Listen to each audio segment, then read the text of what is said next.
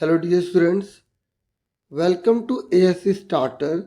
मैं आपसे इस वीडियो में सीबीएसई की तरफ से एक बहुत इम्पोर्टेंट सर्कुलर जारी किया गया उसी के रिगार्डिंग बात करने जा रहा हूँ। ये जो सर्कुलर है ना, यहाँ पर सीबीएसई ने स्पेशली जो पेरेंट्स हैं ना, उनको अवेयर करने के लिए, अटेंशन यहाँ पर ध्यान दिलवाने के लिए बताया है कि जो भी करेक्शन करवानी है डाटा को लेकर या सब्जेक्ट को लेकर, तो आपको यहाँ पे इंफॉर्मेशन दी जा रही है। कहीं ऐसा ना हो कि बाद में बच्चे को परेशानी का सामना करना पड़े। मैं आपको बता दूं कि देखिए, सीबीएसई जो 10th और क्लास 12th के बोर्ड की एग्ज़ाम लेती है, तो उसका जो रजिस्ट्रेशन है 9th क्लास में और 11th क्लास में पहले ही करवा ले जाते हैं। तो यहाँ पर सारी की सारी चीज़ मैंशन है और आपको यहाँ पर मैं बिल्कुल ब्रीफ में बताने जा रहा हूँ। यहाँ पर बताया जा रहा है कि सीबीएसई जो है वो स्टार्ट कर देती है रजिस्ट्रेशन वगैरह, और जो सीबीएसई के एग्ज़ाम लेने वो सब भी। तो जो बच्चे 9th और 11th के हैं उनका तो रजिस्ट्रेशन होता है,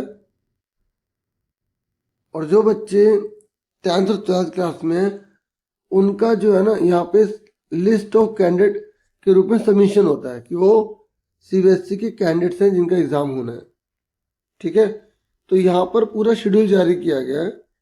ये जो एलओसी है, मतलब 10वीं और 12वीं के लिए जो लिस्ट ऑफ कैंडिडेट बनेगी, अगर बिना लेट फीस के है तो 29 अगस्त से 30 सितंबर तक लास्ट डेट है।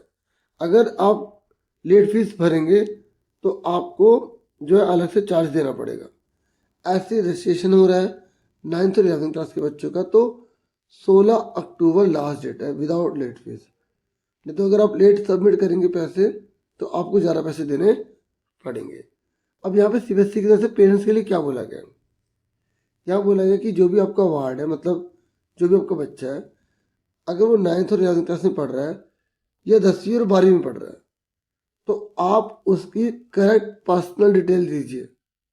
जो आप उसको सब्जेक्ट दिलवाना चाहते हैं, अगर अभी तक आपने चूज़ नहीं किया तो आप चूज़ कीजिए सही से। हर सब्जेक्ट या जो भी डाटा सही से पूरा सही प्रोवाइड कीजिए। इससे हम बताया जा रहा है कि इससे क्या होगा, जो बाद में बच्चे को बहुत ज़्यादा परेशानी का सामना करना पड़ता है ना डॉक्यूमेंट्स को लेकर, वो उस बच्चे को फ्यूचर में सामना नहीं करना पड़ेगा।